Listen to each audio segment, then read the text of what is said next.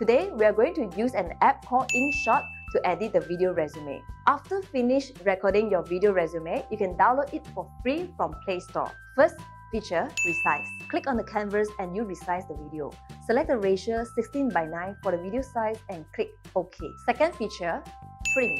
Click cut and remove some parts that you might not want for the video. Third, adding text in the video. You might want to mention or highlight some of the important details in the video, such as language proficiency like Chinese and English.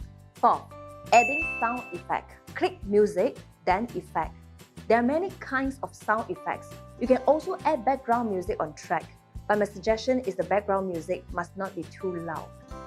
Fifth, adding photos. Click Sticker, then click this button, then Add Photos.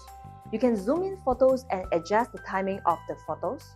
Last, you may click the plus symbol and choose blank.